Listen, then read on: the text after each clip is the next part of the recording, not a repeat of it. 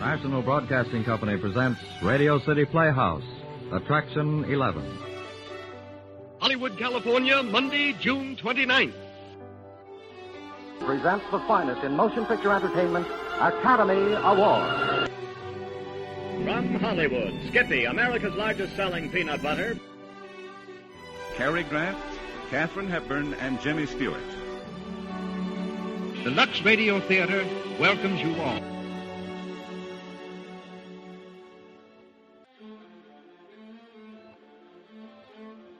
Hello everyone, and welcome to Drama and Theater, brought to you by Dwayne Old Time Radio. Before we get to today's drama, if you enjoy what I'm doing, let me ask you to subscribe to my channel. Subscribing is 100% free, and you will receive notifications on new posts.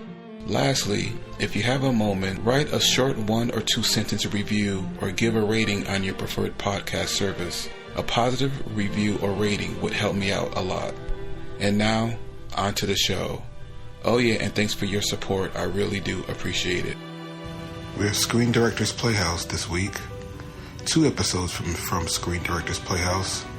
The first one is The Night Has 1,000 Eyes, starring Edward G. Robinson and Paul Frees. This one aired February 27th, 1949. And after that, we have A Foreign Affair with Marlene, Dietrich, and John Lund. A Foreign Affair aired March 6, 1949. From Hollywood, the NBC Theater presents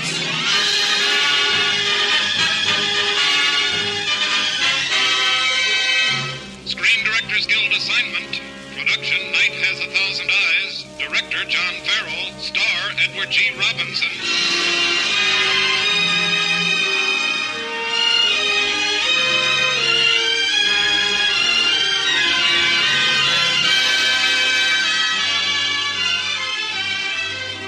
NBC Theater presents the Screen Directors Guild production of A Chronicle of Fear. Paramount's Night Has 1,000 Eyes, with its original team of screen director John Farrow, screen star Edward G. Robinson, and William Demarest.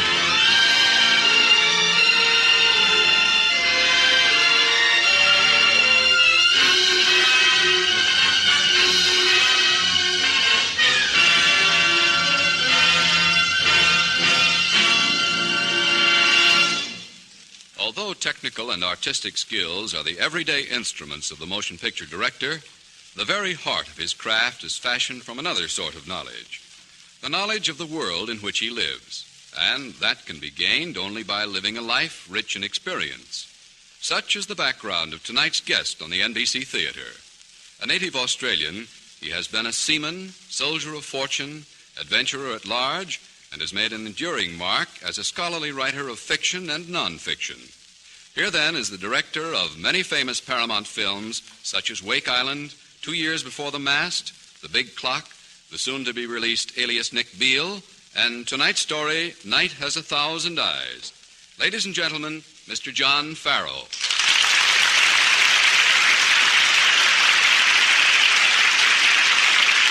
Night Has 1,000 Eyes is a story of the supernatural, but it is not a flight of fancy. Counterparts of the strange phenomena in tonight's story have been the subject of recent scientific study by some of our universities. Thus, through the medium of film, and now through the radio, we attempt to reveal a bizarre and a rather terrifying aspect of the strange, strange world in which we live. Now, for the first time on the air, here is Night Has 1,000 Eyes, starring Edward G. Robinson as John Triton, with William Demarest as Lieutenant Sean.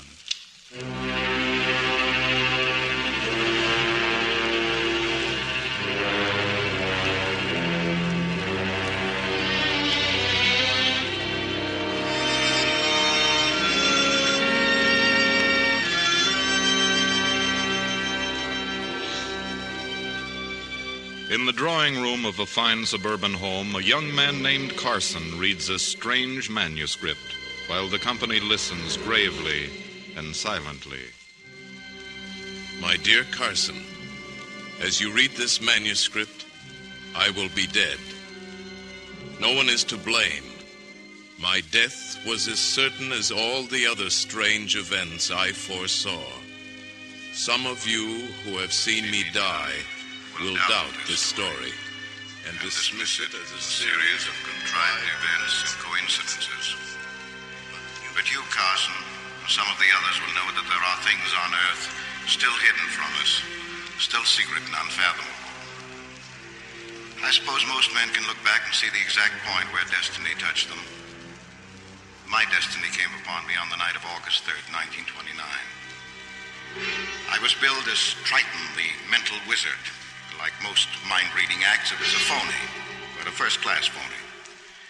Jenny, my lovely fiancée, had collected all the questions from the audience, and my good friend Whitney Cortland was ready for his part at the piano. Now, ladies and gentlemen, from where I stand, I shall endeavor to read the questions which you have written and which are now unopened, mind you, in that glass bowl. Now, if I may have a little quiet music, Mr. Cortland. Let me see. I sense a name. A lady's name. Bayer. That's it, Byers. Clara Byers. Miss Byers asks a question. She wishes to know... Something's wrong. There are disruptive impulses coming from the audience. A woman in a white dress, a little boy. Madam, you there in the third row. Your little boy is in great danger. You must go home at once. At once! Thank you. Ladies and gentlemen, we'll continue where we left off. If I may have some quiet music, Mr. Cortland.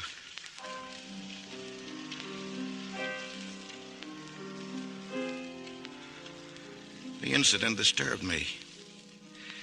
But then I forgot about it entirely until late that night when the telephone rang in my room. It was the woman calling to tell me that she had come home to find the boy's room in flames. She had arrived just in time to save the child's life. And I was worried, deeply worried, although not yet frightened. There were other incidents, one of them brought on by Courtney's usual concern about our economic situation. Well, kids, it's the same old story. Broke again. We could stand a little ready cash. Matter of fact, I'm going to put our last 10 spot on ready cash in the 5th at Green Meadows. Ready cash? No, not ready cash. He'll fall and have to be destroyed. Peer Gynt by 2 lengths.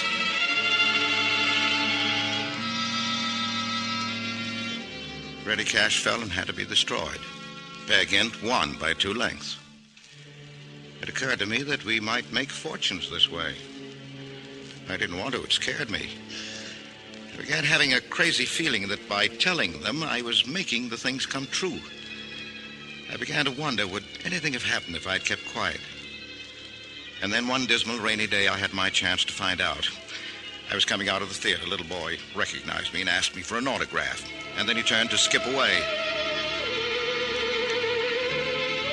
Wait, son! I'd had a vision of a car skidding on the slick pavement. A wild cry. And then I thought, no, perhaps if I keep it to myself, it won't happen. Nothing, son. Just run along. Now, run along. He went. A moment later...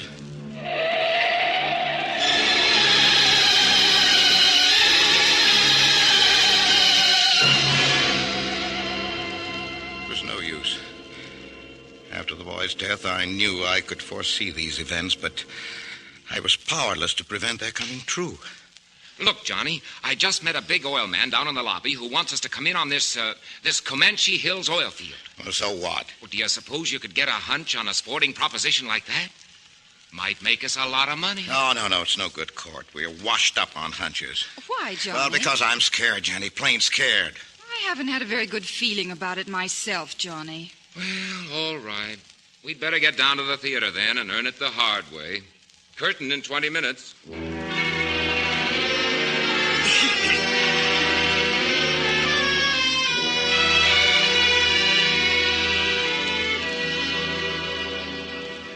And now, ladies and gentlemen, if you will all please concentrate on the sealed questions you have addressed to me, please. A little quiet music, Mr. Cortland. I'm concentrating on a particular envelope. A young lady's handwriting. She, the young lady... The lady, I looked at Jenny. Stared at Jenny, so beautiful, so fragile and desirable, and so much to me. I saw her and something else. Johnny. Bring down the curtain. Johnny, what's the matter? Bring down the curtain, I tell you. Bring down the curtain!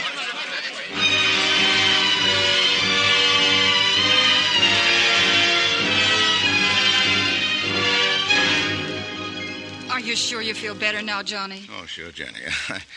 I just felt a little dizzy out there. You sure had us worried there for a while. Oh, Court. Yeah? Had a sort of a minor hunch about that Comanche Hills oil proposition. Be one of the richest oil pools in the country. Make us all rich. Wonderful, wonderful. Thank you, Johnny. Now let's go out and eat. No, you and Jenny go ahead. I'll join you later.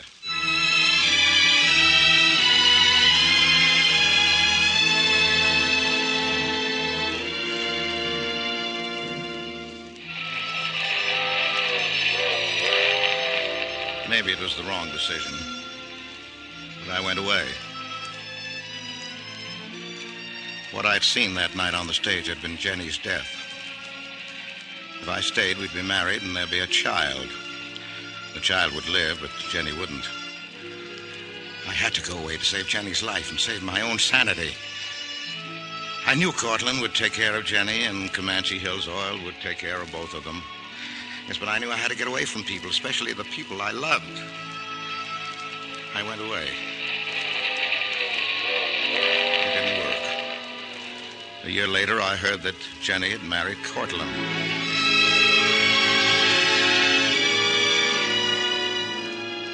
She died when her daughter Jean was born.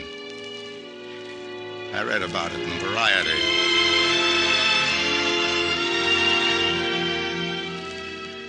For 20 years, I lived almost a hermit's life and had no more visions. This gift or the curse seemed to wither from this use. And then after 20 years, on the night of Jean's debut, I stood outside in the crowd and I watched her go inside the fine hotel, holding tight to Court's arm. Jenny's daughter was lovely, and I was proud. I watched them disappear inside, and after 20 years of peace, it happened. For a moment, I saw the image of wreckage, the smoking wreckage of an airplane. And then it was gone. What did it mean this time?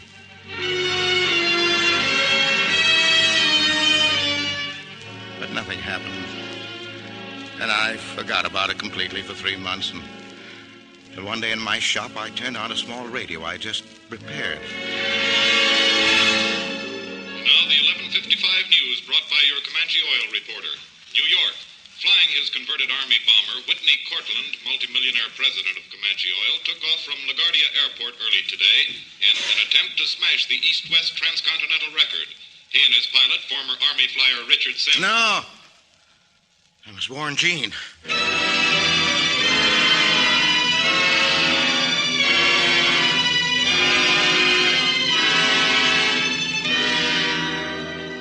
Miss Cortland, I'm sorry to force my way in here, but I have an extremely important message for your father. I'm sorry, but my father isn't here now. Now, see here, old man, I'm Miss Cortland's fiancé. Miss Cortland... No, you've got to reach your father when he lands in Wichita to refuel. But why? You must halt the flight. Halt the flight? That's absurd. Why should Father give up his flight? But if he doesn't, this plane will crash. How do you know that? Oh, Miss Cortland, please. You're wasting priceless time. All right, I'll call. But I'll ask you a lot of questions afterwards.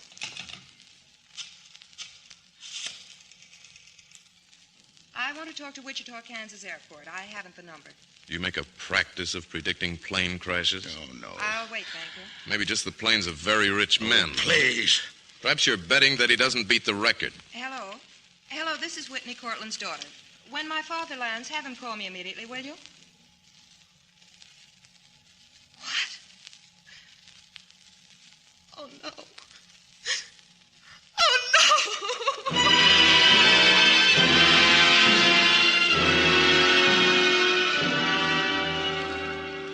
no! The radio had it a few minutes later. In an hour, the extras were on the street. The Comanche Angel had crashed in Kansas. Both men were dead.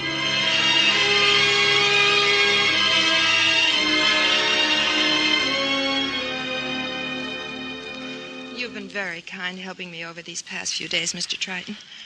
I'm so grateful. Your father was my best friend. But if you'd only warned us sooner, if you'd only known sooner. I don't think it would have made any difference.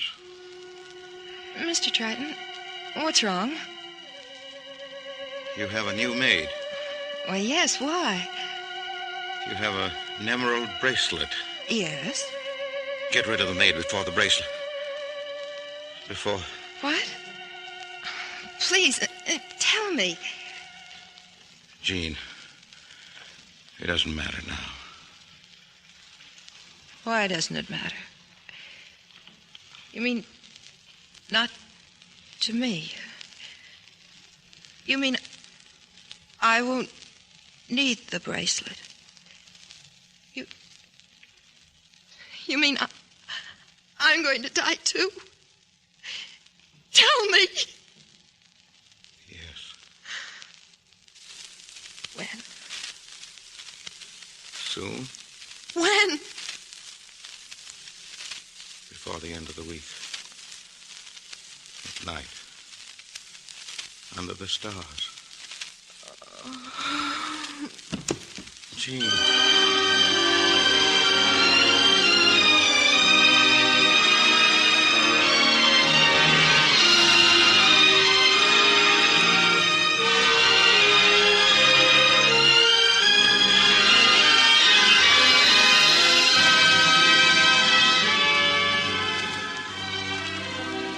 The NBC Theater is presenting the Screen Directors Guild production of Night Has 1,000 Eyes, starring Edward G. Robinson with William Demarest, and introducing the director of the film, John Farrow.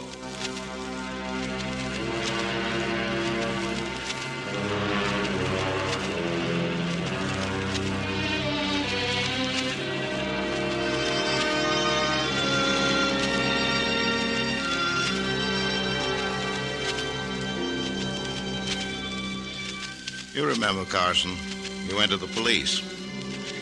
They told you, yes, there had been a John Triton, mental wizard, who pretended to be able to predict things back in the 20s. They sent a certain Detective Lieutenant Shawn to investigate me where I was staying in Jean's house. My first interview with Shawn in my little room under the eaves, far from reassure the good lieutenant, for even as I answered his bitter questions, the veil lifted again.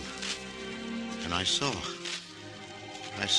Hey, Triton, come out of it. Hey. I see a flower. Drop it, Triton. Cut. A flower, crushed and broken. I hear a sudden wind shaking the windows. I hear a voice saying, there's no danger now. And I see her. Who? Jean, lying under the stars, and beside her, the paws and talons of a lion. A lion? Under the stars. Did you find out what time this happens to Miss Cortland? Tonight, as the clock strikes 11.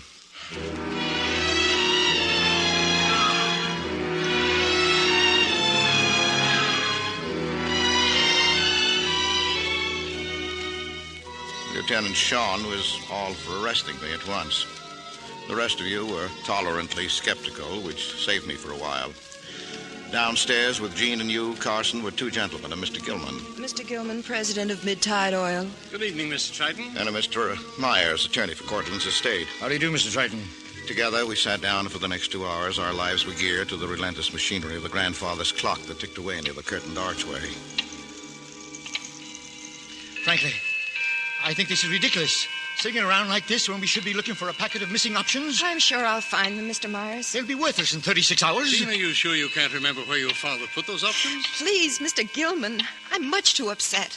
Well, the mid-tide merger can't go through without them. I suggest Gene be permitted to forget about big business while we all concentrate On the clock, Mr. Carson. Shut up, Triton. 4, 5, 6, 7, 8, 9, 10. One down. And one more hour to go. And so far, nothing has materialized in your weird chain of events. A crushed flower indeed, a lion, a sudden wind. Anyone interested in the 10 o'clock news? Here. Personally, I'm interested in the 11 o'clock news. Which was upset in a collision tonight at Wilshire and Sepulveda.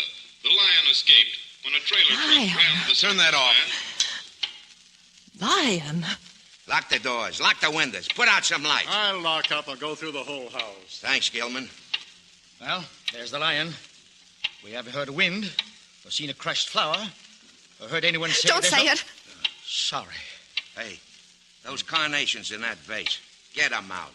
Carnations? Get them out. I don't believe any of this, but I'm taking no chances. I'll give them, Lieutenant. Careful now. Stand back. Don't anybody move. Not a one crushed. That was a close one. Mr. Myers, there's something sticking out under your foot. Something, Lord. A carnation. Crushed and broken. That does it, Triton. No, not quite. Nothing final can happen until 11 o'clock. And it ain't going to happen because you're around. I'm taking you downtown until after 11. All right, Lieutenant, but it won't do any good. I'll be back at 11.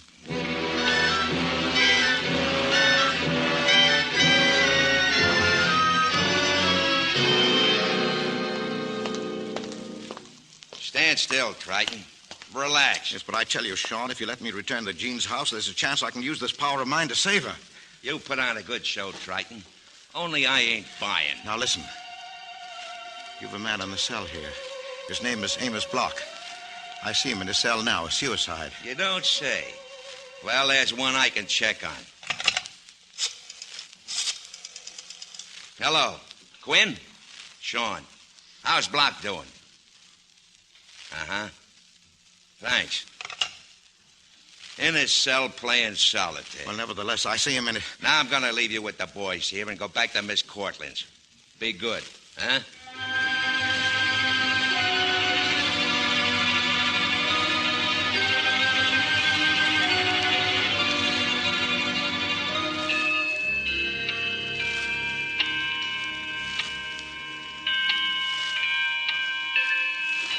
"15 minutes too, Gene."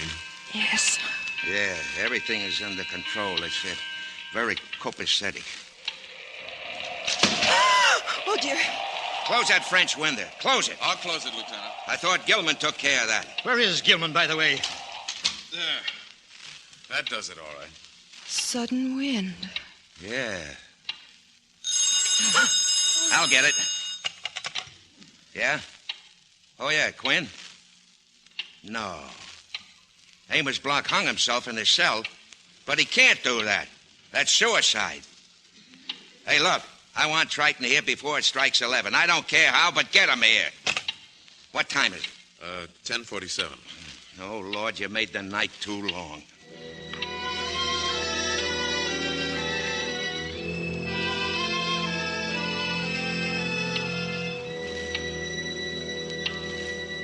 Just one more minute to go, darling. 45 seconds.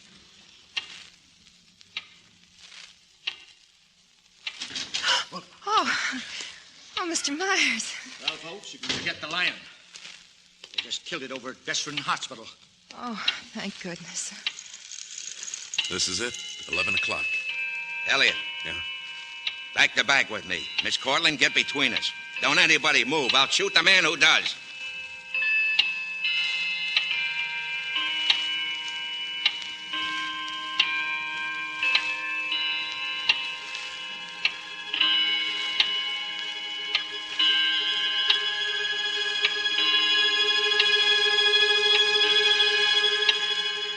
Five, 6,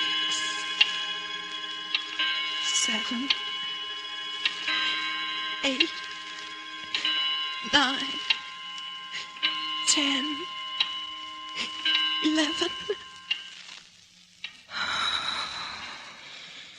That's it, folks. It's all over. Nothing's happened. Oh, Elliot. Elliot, darling. It's all history now, dear. Forget it. Elliot. I'm going outside. I'll go with you. No. I want to get used to standing out under the stars again. Alone. And not being afraid. Thank you, dear. Thank you so much. All of you.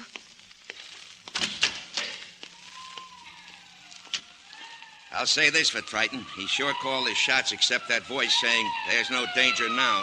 You just said it. Yeah, but it's too late now to mean anything.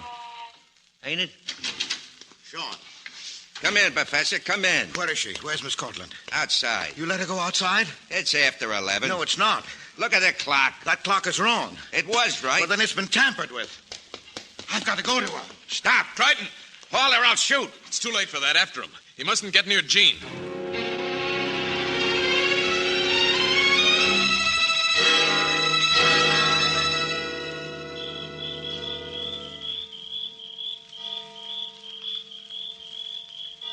Eight, 9, 10, 11. That's right. 11 o'clock, Miss Cortland. Oh, Mr. Gilman. Your troubles are over now. There's no danger now. 11 o'clock. And a voice saying, there's no danger.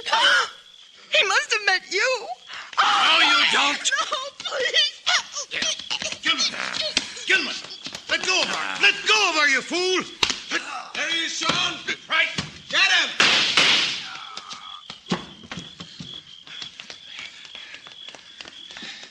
Plugged him, but good.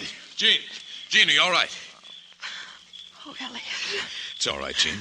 You're safe now. Triton's dead. Triton? Dead?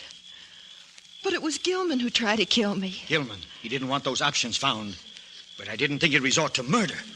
Oh, poor Mr. Gilman. He died to save me. But are you all right? My throat hurts. Elliot, look. Mr. Triton. He's resting against the foot of that marble lion. Marble lion. Of course.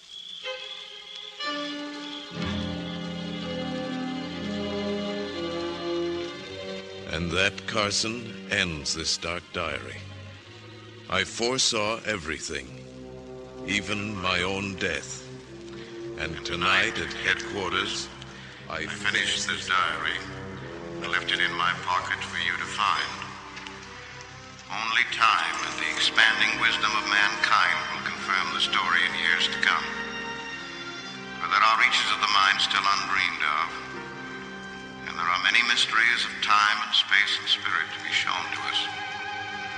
The stars look down. The night has 1,000 eyes to search the soul of man and see if he's equal to his fathomless tomorrows. Where there are yet more things in heaven and earth than are dreamed of in our philosophy.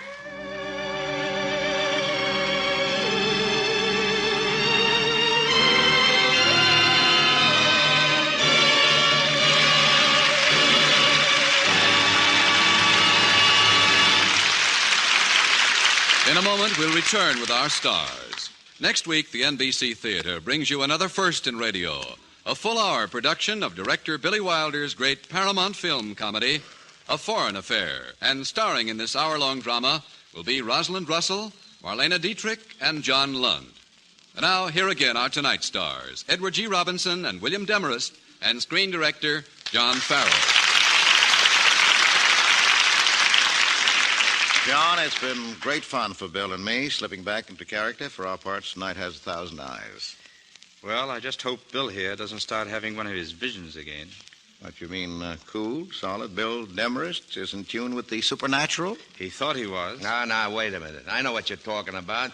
And I really did have a vision. Yeah? I was standing talking to Johnny on the set, and suddenly I knew one of the camera booms was swinging around behind us. What happened? He yelled, "Johnny, fall on your face." Well, did you get hurt? My nose was almost broken. By the camera boom? No, by falling on my face. There wasn't a camera within 50 yards. Well, I had a vision. Now, we don't have to be visionaries, John, to know that your direction inspired Bill and myself and everyone else connected with the picture. You did a great job. Check, Eddie. That goes for me, too. Thanks very much. But suddenly I seem to be getting a vision myself. What do you see? I see us being cut off the air if we don't say good night. Good night, everyone. Good night, folks. And good night to you, Edward G. Robinson, William Demarest, and John Farrell. Night Has 1,000 Eyes was adapted by Milton Geiger from an original story by Cornell Walry. Music was by Henry Russell. Production was supervised by Howard Wiley. Associate producer Bill Carr. Your announcer has been Frank Barton. Night Has 1,000 Eyes was presented through the courtesy of Paramount Pictures, currently releasing My One True Love, starring Phyllis Calvert, Melvin Douglas, and Wanda Hendricks. Edward G. Robinson is currently making the 20th Century Fox production, The House of Strangers. William Demarest may be seen in Paramount's Technicolor production, Whispering Smith. Listen again next week for the NBC Theater's full-hour presentation of Screen Directors Guild assignment, production, A Foreign Affair, director Billy Wilder, stars Rosalind Russell, Marlene Dietrich, John Lund. The Screen Directors Guild program came to you from Hollywood. This is NBC, the national broadcasting company.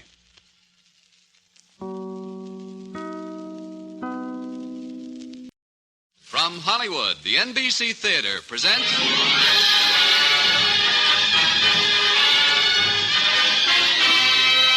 Screen Directors assignment, production, A Foreign Affair, director Billy Wilder, stars Rosalind Russell, Marlene Dietrich, John Lund.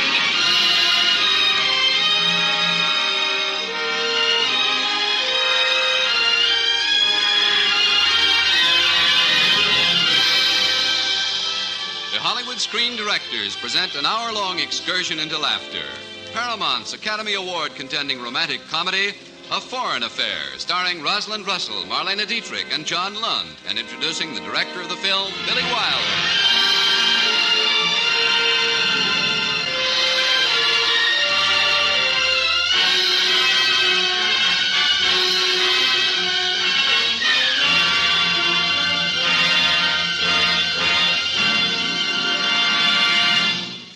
In Hollywood, when a picture lays an egg, it is traditional for the director to blame the writer and the writer to blame the director. But Billy Wilder is both. As director and writer, he is in the sad spot of having only himself to blame. Since coming here from his native Austria, the poor fellow has been forced to take the rap for such eggs as The Major and the Minor, Double Indemnity, The Lost Weekend, and tonight's story, A Foreign Affair. Ladies and gentlemen, Billy Wilder. Thank you very much. Tonight, histrionic history is being made. On this program, I am making my debut as an actor. I will appear briefly but brilliantly as a German waiter. You can see I have been working all night on that accent of mine. So please, nobody cough, or you will miss the performance of mine altogether. Co-starring with me, by the way, are Rosalind Russell as Congresswoman Phoebe Frost, Marlene Dietrich as Erika von Schlütow, and John Lund as Captain Pringle. And now, for the first time on the air, here is A Foreign Affair.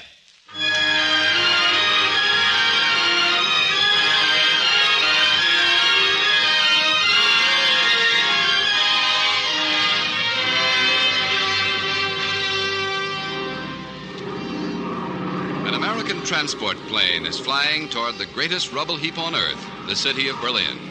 And in the plane, a party of United States congressmen and one congresswoman. While some of the passengers stare out of the windows, prim Miss Phoebe Frost is immersed in the notes she is carefully writing into a prim black book, which she holds primly propped on a large cake box. Miss Frost, Congresswoman Frost. Yes, Congressman Griffin? We're approaching Berlin. Don't you want to see the ruins? Yes, Miss Frost. As chairman of this committee, I suggest you observe as much as possible. Congressman Pennicott, this is not a sightseeing tour. We've been sent here to investigate the morale of United States troops. We have heard rumors that they have been fraternizing with German women. When we land, I assure you I shall explore the situation thoroughly and turn in as accurate a report as possible.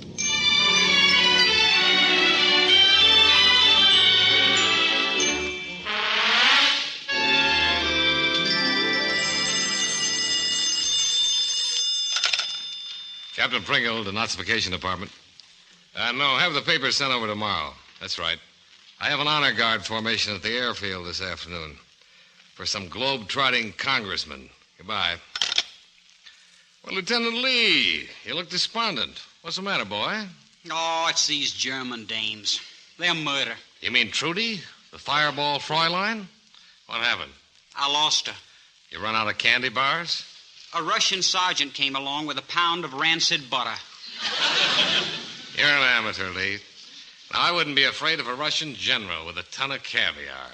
Take a look at these. Nylons. Where'd you get them? Brandenburg Gate. Well, you're going to get into trouble messing around with that high-voltage nightclub singer. Erika von Schluto? Why, she's just as sweet and harmless as an artillery battery. Yeah. They say she used to run around with a lot of those big-shot Nazis. Rumors, jealous rumors. Hey, man, look at the time. We got a parade for that committee from stateside. Going to investigate our morale. You know, I can't understand why. I don't have any.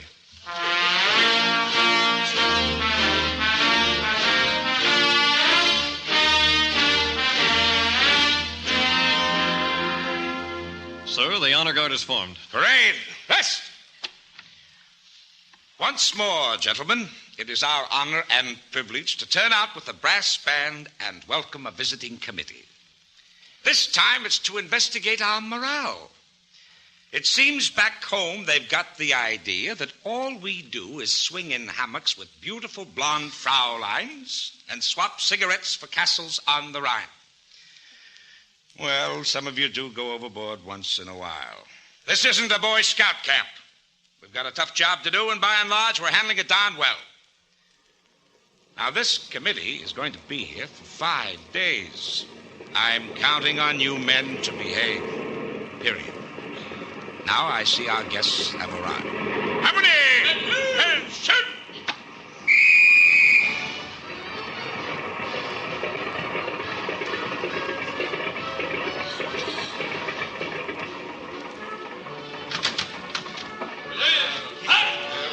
Very fine fight. I wish my ears had stopped ringing. Where is Colonel Plummer? I am Colonel Plummer. Congressman Pennicott? Yes? May I extend the welcome of the American military government? As chairman of this committee, permit me to bring you greetings from the people of the United States. These are my colleagues, Congressman Giffin, Salvatore, Krauss, Yandel, and this is Congresswoman Phoebe Frost. From Iowa, from the 9th District of Iowa. Delightful of Congress to send us a lady representative. You may dispense with the soft soap, Colonel. And what, may I ask, is the meaning of this reception? I'm afraid I don't understand. I came here hoping to find an army taking its task seriously. Instead, I find a military band. What, no drum majorettes? We had some, but we sent them back to the barracks. They forgot to shave. This is scarcely a jesting matter, Colonel. Perhaps we can discuss it at lunch. May I carry that box for you? No, thank you. I undertook to deliver it to a Captain John Pringle here in Berlin. I don't suppose you could tell me where to find him? I could try. Captain Pringle. Oh, is he here? Captain Pringle reporting, sir. Congresswoman Frost, this is Captain Pringle. This is for you, Captain. Happy birthday. Birthday? Yes, it's a cake. Oh, my birthday. I'd forgotten. You mean, you brought this all the way from the States? Murdoch, Iowa. Well, my home state. How is good old Iowa? 67% Republican, thank you. I was entrusted with this cake by the daughter of one of my constituents. Well, open it. Oh, yeah, sure. Well, what do you know? Oh, isn't that sweet? Love from Dusty. In pink icing. Yeah, great kid, Dusty. Oh, how long since you've seen her? Dusty? Oh, 4 years. Don't you ever get leave? Oh, I don't want any leave. You don't? Oh, well, that is...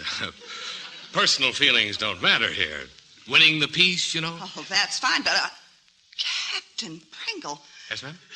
That thing hanging out of your pocket. It looks like it. A woman's stocking.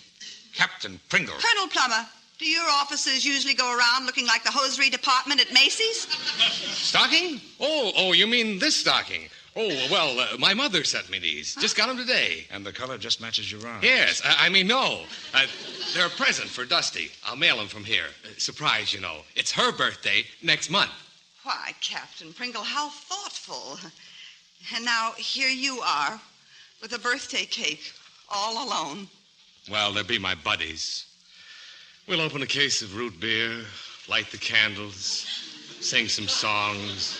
It'll be just like good old Iowa. Almost. Oh, well, may I say that if you're a sample of the Army spirit, I feel better already. Oh, I'm a sample, all right. Goodbye, Miss Frost. Goodbye. Give my regards to the Lonely Hearts Club. Yes, sir. Oh, man, look at this cake. When are we going to eat it? Eat it? Are you crazy? I'm going to the black market and parlay this pastry into a mattress.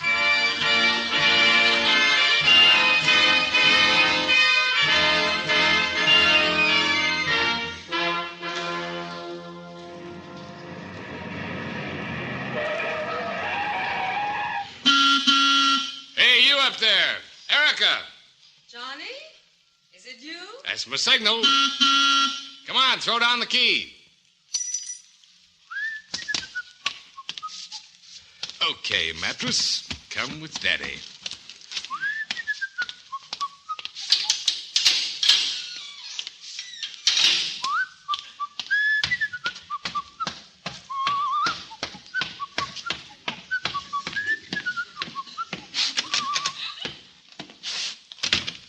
Whew, thing's heavy.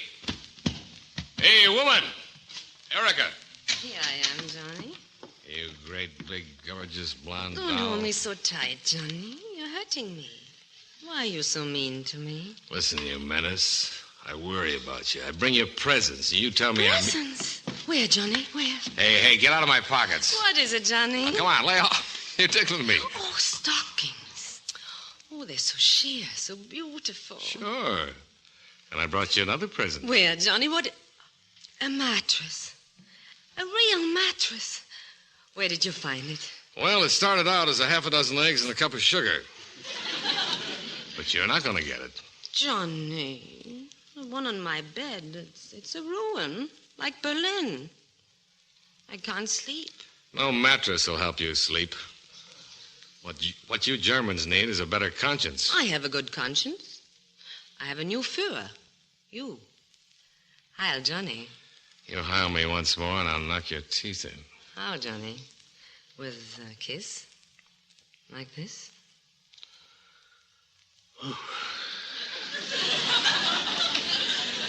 Your mother must have been frightened by a blowtorch.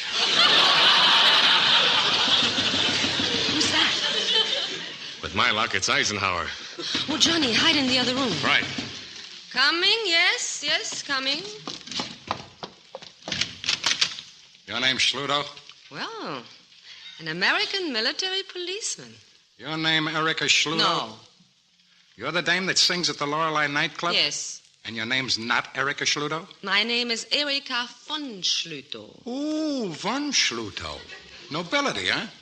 Well, if your Von Highness doesn't mind, it says here on this Von paper that you've been an active Von Nazi and was sentenced last month to a Von labor camp to pick up some Von bricks. There must be some mistake. I've been completely cleared. I'm on the white list now. Oh, yeah? Yeah. Oh, yes, sir, Captain Pringle. Okay, Bob Hope. Let's see those orders. They're 4 weeks old. Yes, sir. There's been a lot of people to check. This case has been all straightened out. I'll set things right at the denazification office myself. Yes, sir. Okay, that's all. Take off. Yes, sir. Johnny, you shouldn't have told him that. I haven't been cleared. If they look in the files, they'll find out. Stop worrying.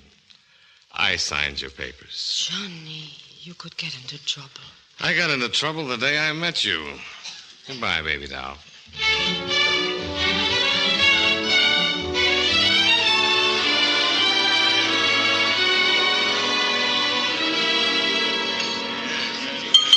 Gentlemen.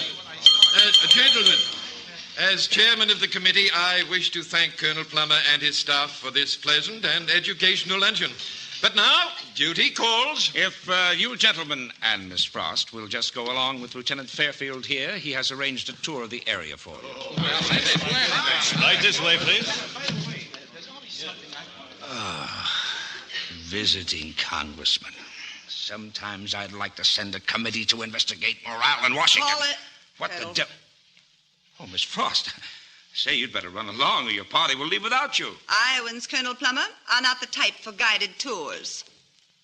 Just what is it you want, Miss Frost? Colonel, driving over here, I was shocked. Shocked. I understand, but you must realize that Berlin It's is a not city. Berlin, Colonel. It's our men. American soldiers walking right up to German women and making dates without being properly introduced. Well, heavens to Betsy. Holding hands openly, right in public. Fraternization is legal, you know. This committee may have something to say about that. Miss Frost, what is it you wish? I just want to tell you that Congresswoman Phoebe Frost isn't going to be bamboozled by any smooth talk and guided tours. Nobody's trying to bamboozle you, Miss Frost. You're free to do whatever you wish. As far as this office is concerned, you can investigate the morals of the American Army first-handed. Don't be ridiculous, Colonel. I couldn't... Colonel Plummer, you have given me an idea. Now, wait a minute. For the honor and glory of the United States, Colonel, I am going out and get myself picked up.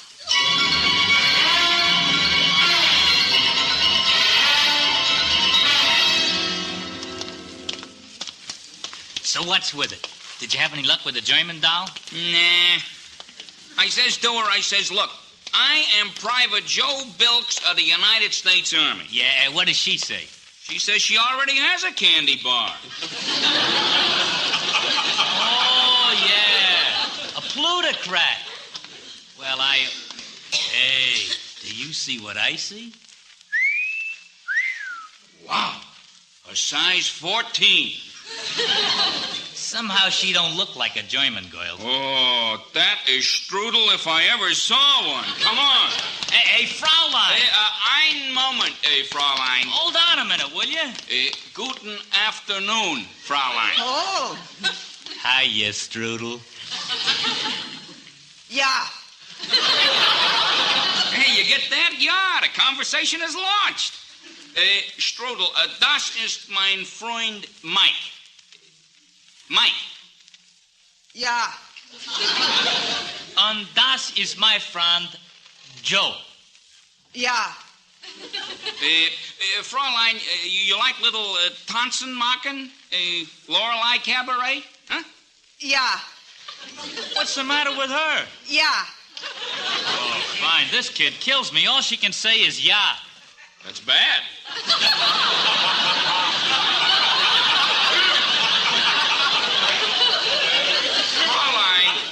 Fraulein, what is your name? Yeah. No. Your name? Gretchen. Gretchen what? Gretchen, Gesundheit. How do you like that? We're fraternizing with a sneeze.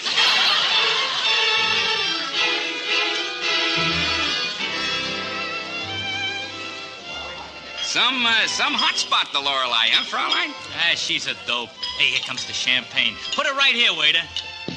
Das ist 5-pack cigarettes, please. 4 packs. Now it's 5 packs. All right, take them.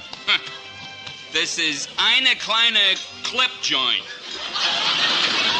How do you like these prices? Maybe we better write Congress to boost our cigarette ration. Why, you... What did you say? Yeah.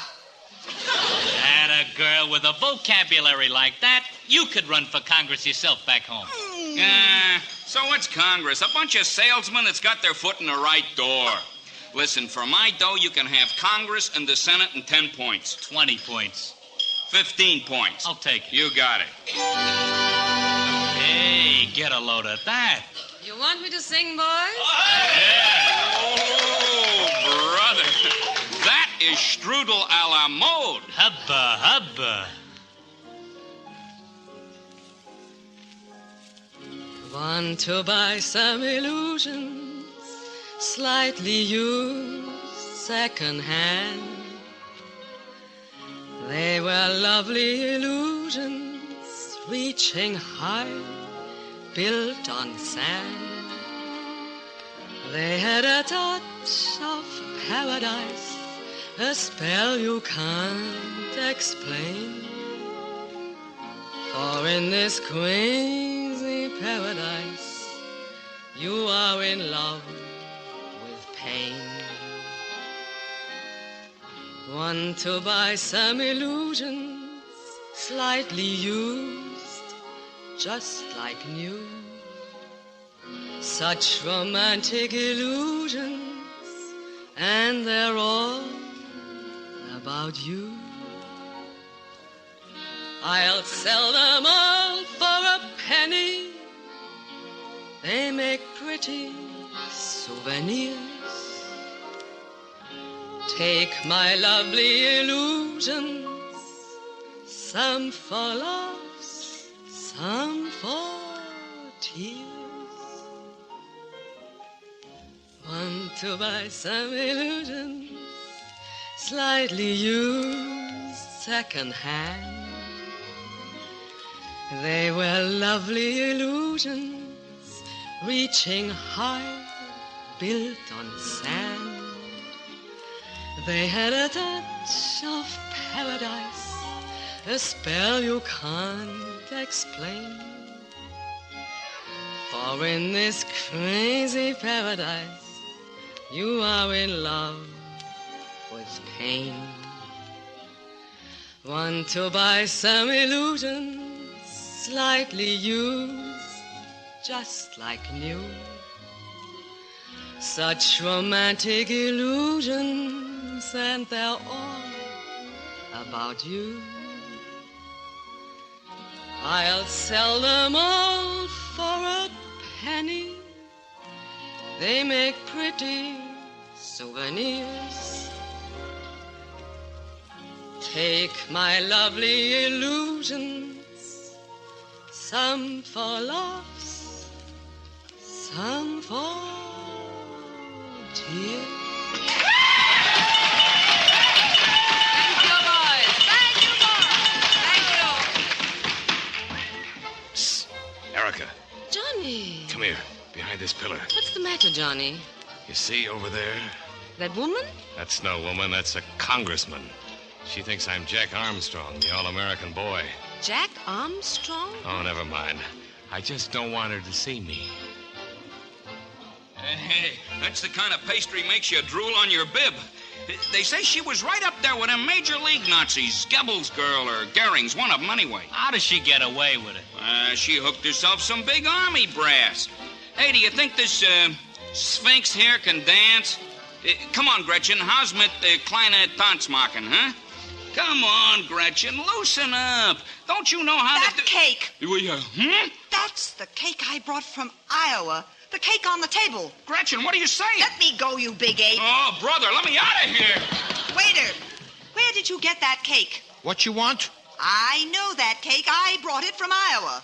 Where this restaurant gets food is our business, not yours. That's enough out of you. This cake is confiscated. Oh, Captain Pringle. So this is what happened to my cake. What do you know about this? It was stolen from my Jeep in the Brandenburg Gate area, Miss Frost. You know, the black market. I traced the cake here. And just what do you intend doing about it? Oh, I'll take care of the matter. Oh, no. Where's my notebook? Oh, there now. What exactly is the name of this rat trap? The Lorelei. The Lorelei. And what is the name of that woman? What woman? The singer here. Oh, that woman. I think it's, Erica. Erica what? Erica, von Schlutow. How do you spell it? With an umlaut. Aha! I thought so. Huh? Even her name is subversive. But Miss Frost, why ask about her? Because there's something funny going on around here, and as a congresswoman of Iowa, I am about to do my duty.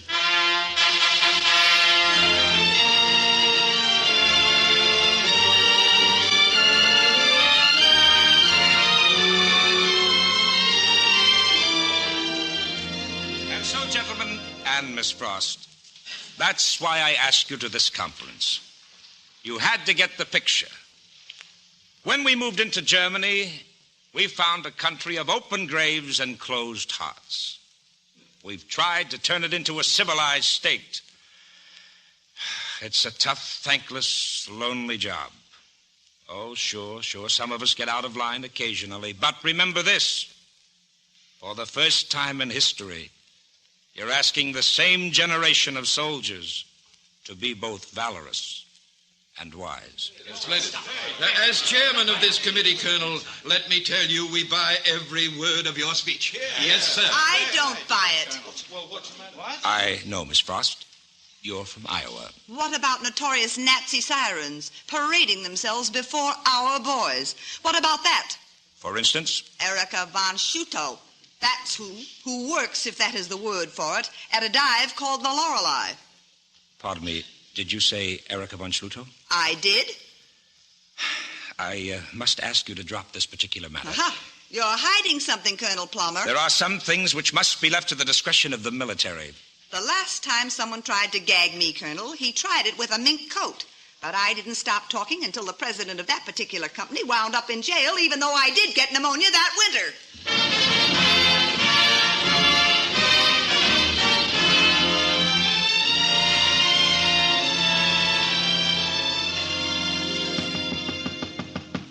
Come in. Morning, Miss Frost. Ah, Captain Pringle. No doubt you're wondering why I sent for you. Uh-huh. Why, all the motion picture equipment? You'll see presently. I simply cannot get myself to trust anybody in uniform. Oh, now, Miss That Frost. is, anybody but you. Me? I suppose it's because we're both Iowans. And, Captain, I need your help. Glad to be of service, ma'am. Now, what do you know about Fräulein von Schlutow? Oh, just gossip. She may have known a couple of minor party members. Small fry. Nothing worth your attention. Perhaps. A warrant officer thinks she's in this old German newsreel. So, if you'll turn off the lights, Captain. Okay. Probably just a waste of time, Miss Frost. This is the opening of the 1943 opera season. Yeah, top German brass. There's Hitler at... Oh, no. There she is. The von Schlutow woman. Who's the uniform she's hanging on to? I think it's Hans Otto Birgel. Who's he? Oh, he had a little something to do with Gestapo. He's dead. Killed himself. Wasn't he an important party member? Oh, so-so. Look at the way she's holding on to him. Well, maybe she doesn't know him. Maybe she had a dizzy spell, and the first thing she could catch was his elbow. Uh-huh. And is that a dizzy spell? Hitler himself. Kissing her hand, talking to her, laughing with her. I think that's quite enough. You can put the lights on now, Captain. Yeah, sure. It's common talk, you know, that some American Army officer is protecting that woman. It's him that I want. Do you think you'll find it? Of course. The only way he can see her is by visiting her.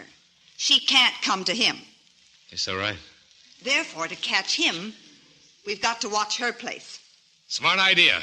And I'll watch it myself, personally, night and day. No, we'll watch it together. We will? I want to face that man myself, face him right down. Oh, well, it's liable to be a long, dull process. You and I can afford any time required by so brazen a case. If necessary, I'll go to the general. Oh, no, not the general. I will, and to the War Department, and to the president. And if he doesn't do it, yes, I'll see Drew Pearson.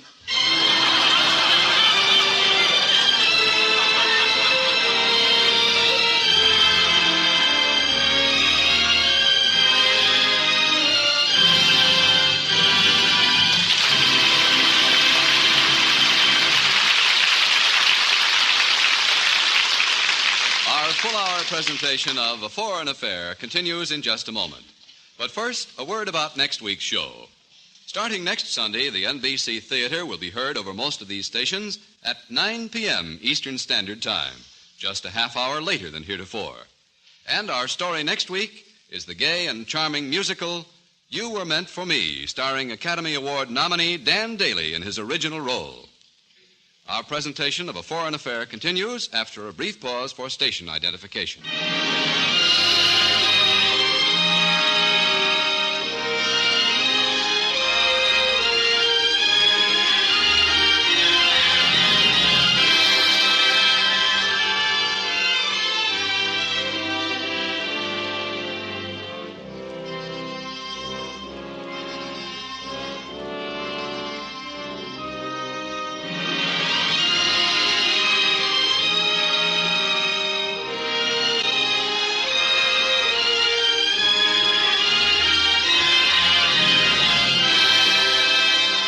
NBC Theater is presenting the Hollywood Screen Directors' hour-length production of A Foreign Affair, starring Rosalind Russell, Marlene Dietrich, and John Lund, and introducing the director of the film, Billy Wilder.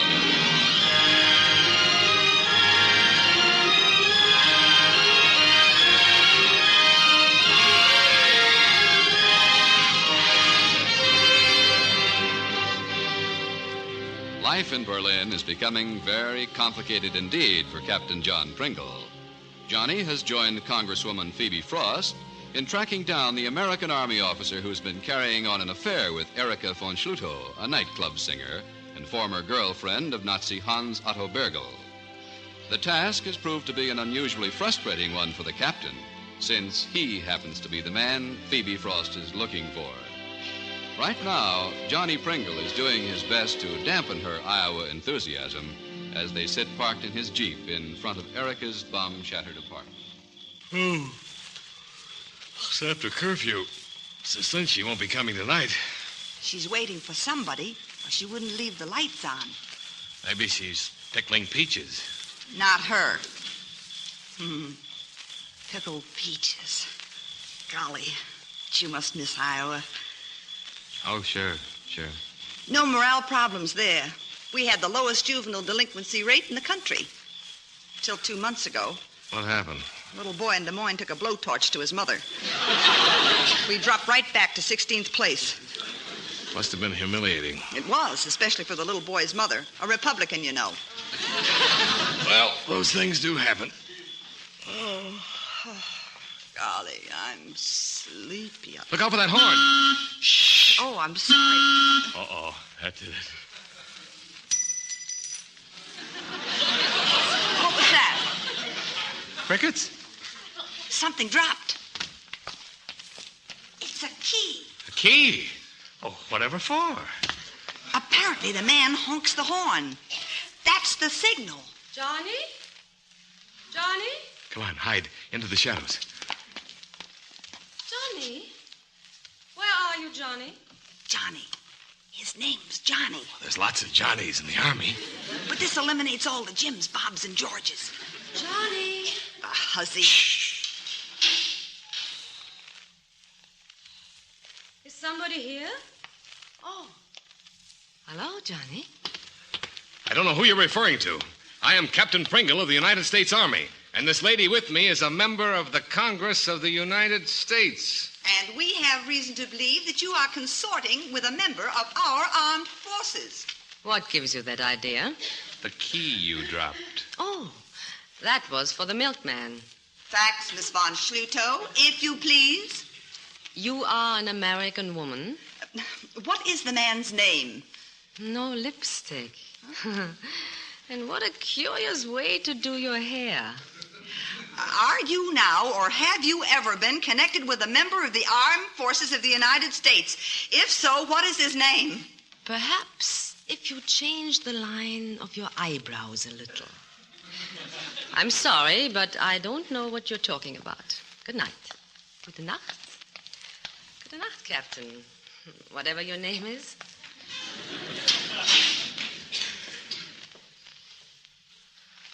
Well, we might as well call it a night.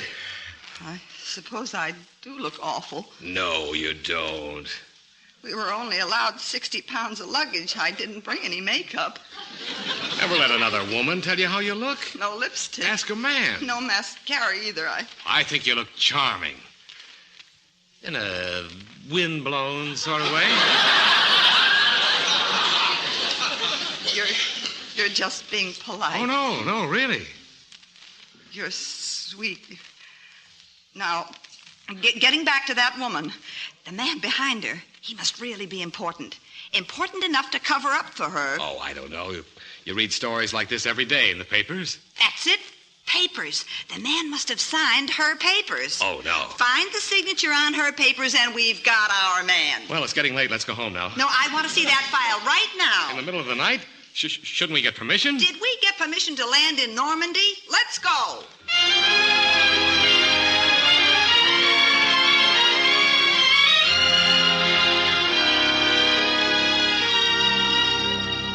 Sandler, Salzman, Schramer, Schlumann, Schussel.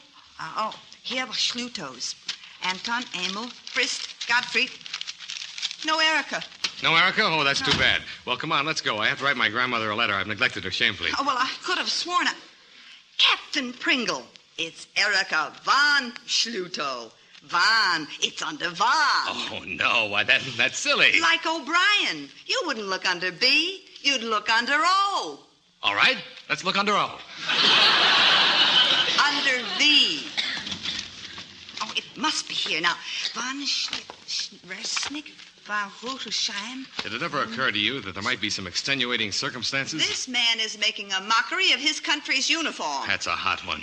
You expect him to be an ambassador, a salesman of goodwill.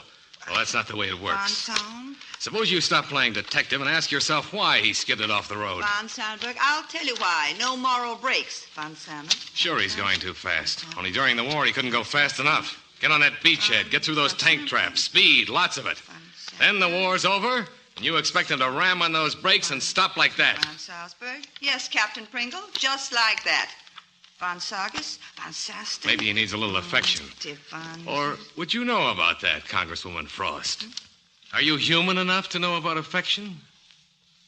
Yes, I know about that. It might interest you to know that I was in love once. Not really. He was a Southern Democrat. We served on a committee together. I despised his politics, but I loved the Southern syrup in his voice and the lazy way he put his arm around me. But do you know what he was trying to do? What? Sway my vote. One night he drove me home. He said he was yearning for my lips, but it would have meant betraying my platform and my constituents. What did you do? I filibustered. You what? I just kept talking, poems and things. The Midnight Ride of Paul Revere, I got through that one twice. Yes, I do know about affection, Captain, but we still haven't found her file. Now, von Schloss, von Schlossnig... You haven't been kissed since. None of your business. Von Schlumann, von Schluto. Karl, Donner. If it's here, it should be this next Congresswoman. What? Close that file. What are you doing? That Southern Democrat isn't the only guy who's yearning for those lips. Captain Pringle. Keep away. Don't you come. Why? You're no Nazi. Since when has it been subversive to kiss a Republican? But I'm a congresswoman. You're a lovely woman, and you're going to get kissed. Now, listen, my children, and you shall It won't hear do you any good. The Midnight Ride of Paul Revere. Congresswoman Downing, I'm asking for the floor. On the 18th of April in 75. I demand the floor. A man is now alive.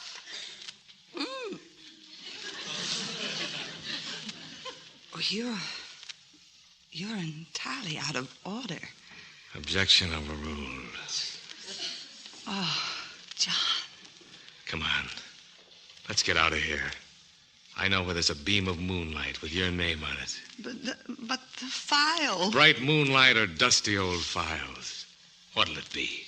Oh, moonlight, John. Moonlight. Oh, hurry, darling. The hours are running out, and I want to spend every magic moment with you.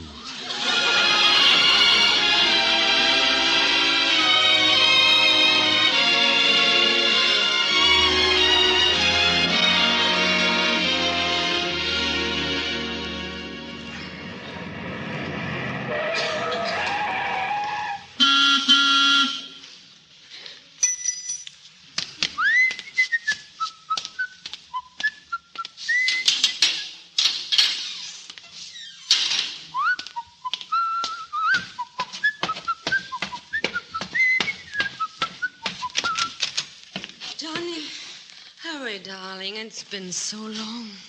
Hi. What has mein kleiner Liebling been doing? Your kleiner Liebling has been making charm with the bloodhound. The congresswoman? Yeah. We're engaged. Engaged? We sat and held hands and whistled Shine On Harvest Moon. Well, it's better than having my head chopped off. Something that may happen to you. You were in pretty deep, weren't you? Deep?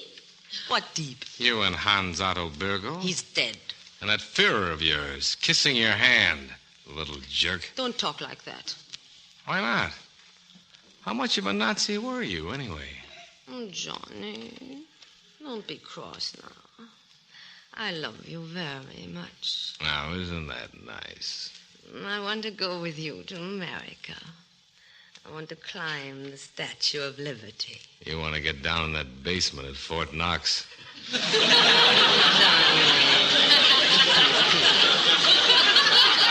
Got some vodka, and I had the phonograph fixed. Sorry, I got a date. A date? With my fiancée. Have to keep her hogtied till she leaves tomorrow. But you'll come tomorrow night, won't you, Johnny? Sure, I guess so. So long, doll.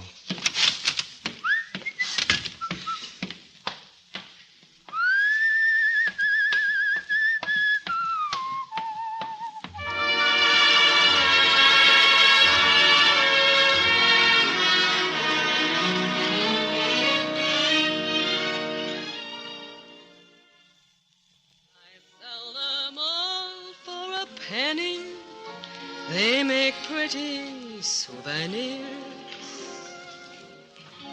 Take my lovely illusions, some for loss, some for tears.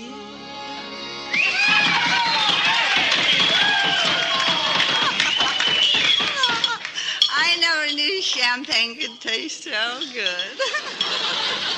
Why did you insist on coming to the Lorelei? Oh, now, Johnny, it's our last night. I want to have fun. Sure, I know how it is. I don't know whether it's the champagne, but I'm absolutely dizzy with happiness. Before I was just drifting on a gray sea, all alone. Only suddenly you get scared. So you hoist up your heart and you wait. And nobody passes by. Just gray waves. Phoebe, don't. Then out of nowhere comes a boat. So unexpected. All white sails on the horizon. To you, my beautiful boat. Phoebe, you make me feel awful. Well, you are beautiful. And you're fun. And you're good to me. Someday you might find out I'm not so good. Look. Here's Miss von Schluto. May I join you? No. Now, don't be rude, John. Thank you. Have you made any progress tracking down that man? What man? My man. Oh, a little progress. Only that's all postponed because of another man. My man. Isn't he beautiful? Some more champagne, darling. Phoebe, please, you've had enough. When are you leaving Berlin, Miss tomorrow. Frost? Tomorrow. This is our last night together. What a shame. He'll be so lonely without you. Oh, no, he won't.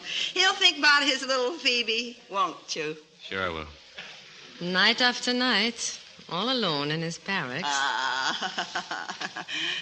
Isn't he sweet? Yes, I think so. Hey, Pringle, Johnny. Oh, hello, Lee. Won't you join us? No, thanks, can't. Colonel Plummer's looking for you. John, I don't want you to go. What does he want? I don't know, but you better get over to his office before he pops an artery. Oh, of all the times... Come on, Phoebe. No, I shall be very pleased to take care of Miss Frost. Oh, but I better take her home. Go on, get going. She'll be all right. Oh, thanks, Lee.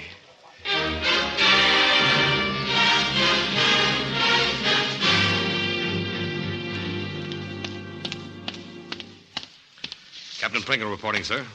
Well, if it isn't the great lover. Yes, sir. What? I mean, no, sir. Listen, Passion Flower, I'm going to blow the whistle on you. Yes, sir? Pringle, I honestly think you have as good a war record as any man in this town. You've been on the first team ever since Normandy, and I know you were among the first 10 men across Remagen Bridge. I also know why you were in such a hurry. Well, that's a long story, sir. So is this Erica von Schluto. Captain Pringle, we've been wise to you and her all along. Pekin, huh? We also know that you've been playing a double bill with the Congress lady from Iowa. I'd appreciate it if you'd leave her out of this. You would, huh? Captain, you're to stay away from that certain party. Strictly off limits, understand? That's okay with me. It was all washed up anyway. Just a minute, get this straight. You're to stay away from the Congresswoman. Phoebe? Why? Because you're going to pick up the torch for Fraulein von Schluto and lug it again in public. Oh, what do you know? Did you ever hear of Hans Otto Bergel? Sure. Erica's Nazi boyfriend, but he's dead now. Dead nothing. He's very much alive. And thanks to you, he's kicking. What have I got to do with it? Plenty. Someone tipped him off that his girl has been seen around with an American officer. Well, what about it? That only... Oh. Mm-hmm. The way we see it, he's just about due to come out and kill you both. That's cute. So now, go on back and fan those flames, Romeo. Stick around the floor line until Bergel shows up. Well, when can I expect him? I wouldn't want my nose to be shiny. Any time from here on in. Any other questions? Yeah. Why did I ever join the Army?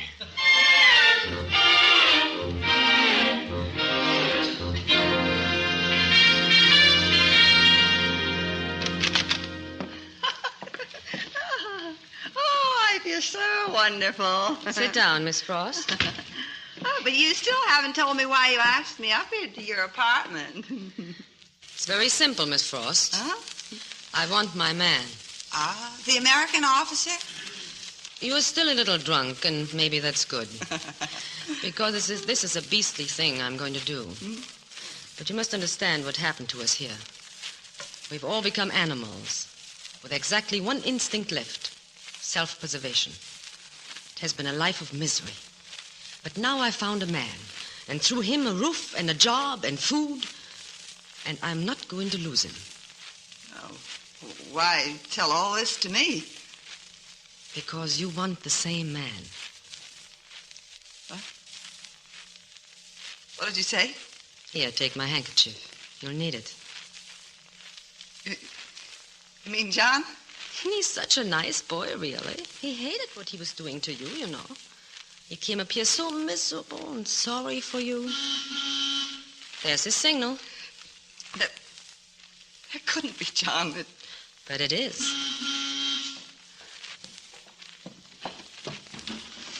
One moment, Johnny, darling. I don't want him to see me. I'm afraid it's too late now.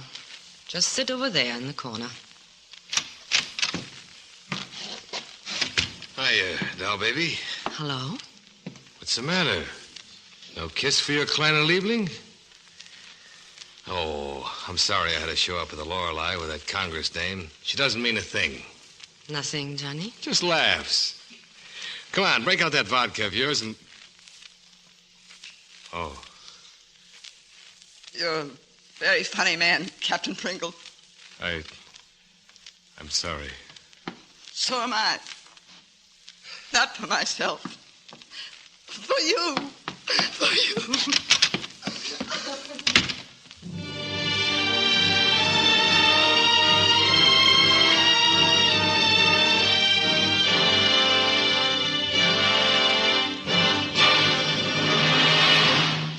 Colonel Plummer, I can't go through with this. I'm sorry, Captain, but that's how it is. I know it's tough on you, but we can't afford to let Bergel slip out of the net now. Well, it's not me, it's Miss Frost. I told you what happened last night. Sorry. But why can't I straighten things out with her? Because according to our information, Bergel is coming out of his rat hole tonight. So tonight you're spending your time with Fraulein von Schluto at the Lorelei Club.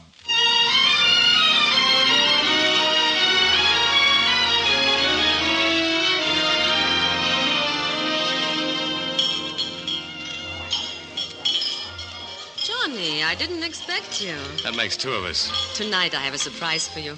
What is it? Oh, labeling my numbers coming up. I got a surprise for you. So is mine. I must go now. I'll be back. You all right? Huh? Oh, hello, Sergeant. You all right, Captain? Sure, like a clay pigeon. We think we spotted Burgle. Well, then arrest him. Well, we aren't positive it's Burgle. When will you know? When he tries to shoot you. Thank you, Sergeant. You've been very helpful. Oh, don't worry, Captain Pringle. We'll be covering you when Burgle shows. Just as long as it isn't with a sheet. See you later, sir. Yeah, but will I see you? Johnny, here I am back. Yeah. What's the surprise? Tonight, I try a new way of doing my number. I sing in the dark. No lights. Hey, you can't do that. But it's so effective, Johnny. There, the light's out. Oh, brother. Nice and dark, isn't it, Johnny? Here. Give me your hand while I sing. Make it fast, baby. Get those lights on again. Want to buy some illusions, slightly used, second hand. They were lovely illusions. Don't move, Captain, and don't turn around. What? Who? What, Captain? A gun. And who, Captain? Allow me to introduce myself, Hansato Burgle. How do you do? She sings beautifully, doesn't she? Listen, Captain. Crazy paradise, you are in love with pain. Yes, pain, Captain. Pain as I have known, as you soon shall know. Very soon. You won't get away with it, Burgle. I don't expect to, Captain. But it shall have its compensations, her death and yours. Listen to her. You won't. If she finishes her song, Captain, the lights will go on, and we can't have that. Neither you nor she will ever see the lights again. You loved her, Captain. Now die with her music in your ears. Auf Wiedersehen.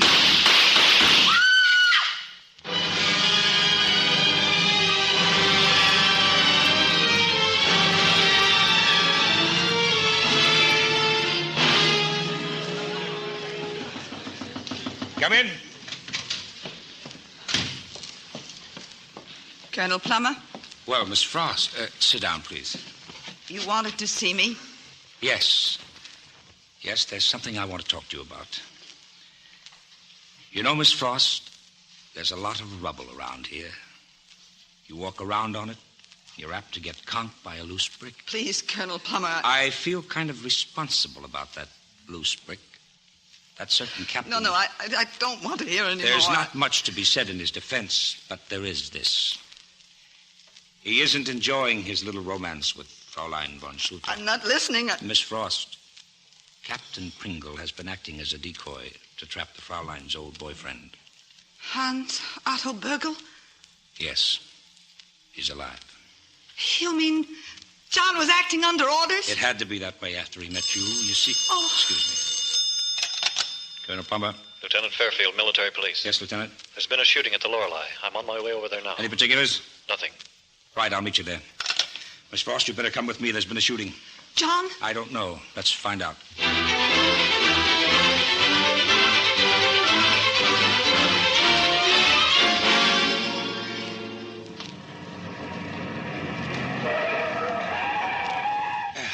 This is it.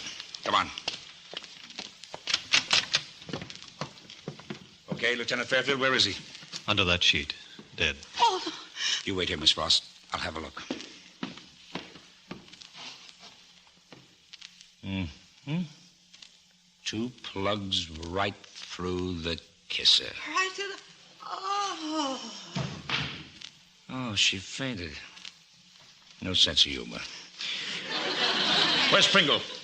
Pringle! Right here, sir. You all right? Fine, thanks to the sergeant here. He dropped Burgle with his first shot. Shucks, Captain. Don't give me all the credit. The other boys got in there 2 bits worth. Well, Pringle, you'd better attend to that congresswoman of yours. She's fainted. Phoebe? Here? Right over there. Now, Lieutenant, how about Fraulein von Schluto? 2 MPs have her in back. Are you crazy? Leaving her with those poor, defenseless boys? Go get her. Here she is now, sir. Come on, sister. You got a date with that pile of bricks I was telling you about. I have papers here which say I'm on the white list. And we know just how you got there.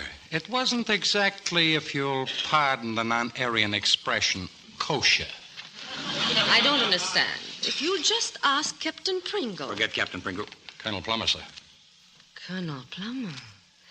Oh, you must be that wonderful Colonel Plummer I've heard so much about. Yes. Only most of the time they called me Delicious. Take her away, Corporal. Come on, sister. Colonel, can you take me to my apartment while I change? Oh, I guess so. Come on, Corporal. You, Sergeant. Yes, sir. Go along with the corporal. Watch him. I sure will, sir. You, platoon sergeant. Yes, sir. You watch those two guys. It's a pleasure. Colonel Plummer. Yes, Lieutenant? I was just thinking, sir. So was I. You watch them. Like a hawk.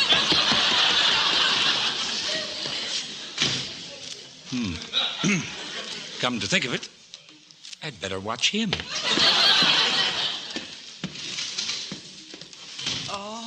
Oh.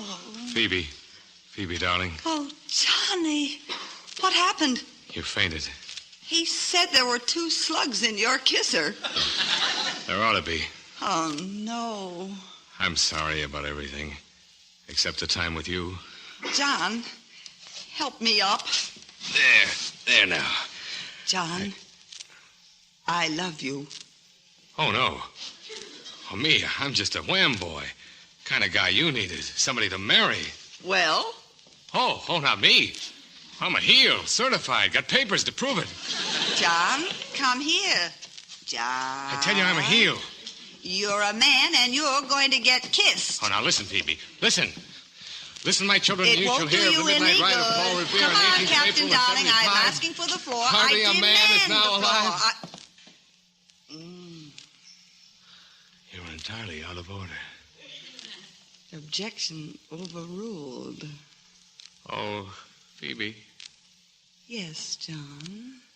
how about overruling that objection again? In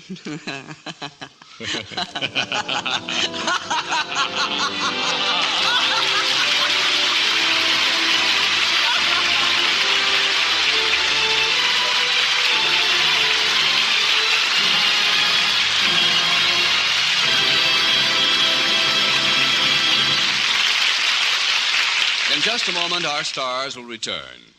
Next Sunday and every week thereafter, the NBC Theater will be heard over most of these stations at 9 p.m. Eastern Standard Time. And leading off the Screen Directors series in the new time spot, the delightfully nostalgic musical, You Were Meant for Me, starring Academy Award nominee Dan Daly in his original role. And now, here are tonight's stars: Rosalind Russell, Marlene Dietrich, and John Lund, and Screen Director Billy Wilder.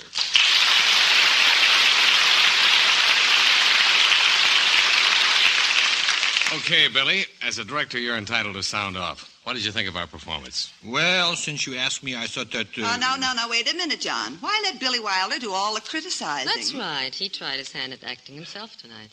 Well, here's what I think of your performance. Stop trying to change the subject. Now, he played the part of the waiter at the Lorelei nightclub. Show us, Billy. Now, do your lines again. Now, come on, Billy. You're an actor now. I said, champagne is 5 packs, please. I'm sorry, you're underplaying the line, I'd boy. say he was overplaying it. I'd say he shouldn't have played it at all. See? You're all confused. Actually, I was magnificent. Well, speaking for all of us, Billy, you certainly are a magnificent director. Working on the set with you was a privilege we'll never forget. How true, how true. Now, Billy, I hear that you screen directors have quite an array of shows coming up, huh? I'm looking forward to hearing Dan Daly's next week in You Were Meant for Me. And I'm counting on catching The Perfect Marriage with Loretta Young. For me, it's a toss-up between Fred McMurray in Suddenly It's Spring and Bob Hope in The Ghost Breakers. Well, you'll be hearing them all on Screen Director's Assignment. Good night. Good night, everyone. Good night, Billy. Good night. Good night. And good night to you, Rosalind Russell, Marlene Dietrich, John Lund, and Billy Wilder.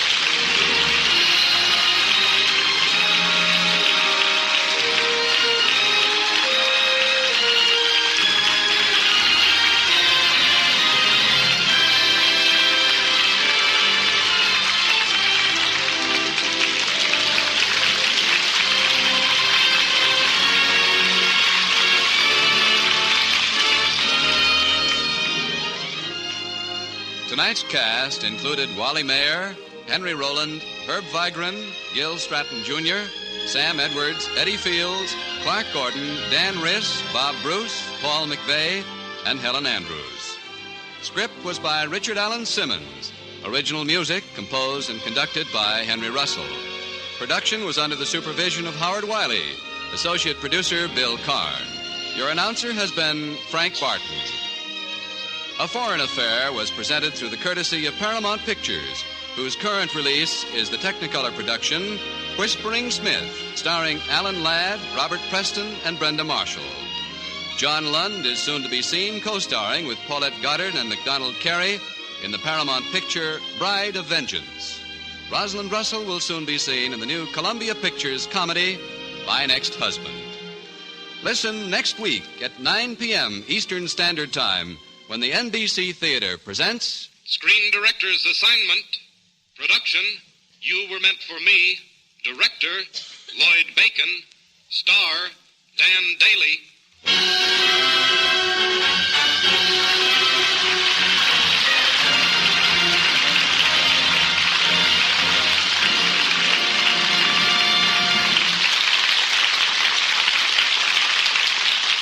The Screen Directors Guild program came to you from Hollywood.